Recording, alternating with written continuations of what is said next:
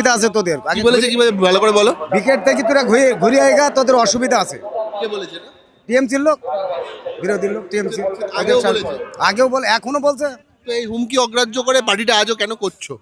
করছে আমরা ভালোবাসি পার্টিটাকে, পার্টিটা ভালো, এর নীতি রীতি সব ভালো, ওই জন্য আমাদের নীতিতে ভালোবাসা পার্টিটা।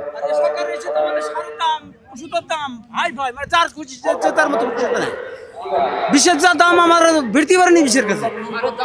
সারের দাম 45 কেজি করেছে, একই দাম নিচ্ছে, বুঝছো? দাম বাড়াচ্ছে, 50-এর কাছে 45 কেজি। সেগুলো বলো কৃষকদেরকে, কি অন্যান্য চাষিদেরকে বোঝাতে হবে তো? বলছে কৃষক তো মানে বিক্ষুব্ধ হয়েছে, পাটের দাম পাচ্ছে না, গমের দাম পাচ্ছে না, শস্য দাম পাচ্ছে না, মাহুরের দাম পাচ্ছে না।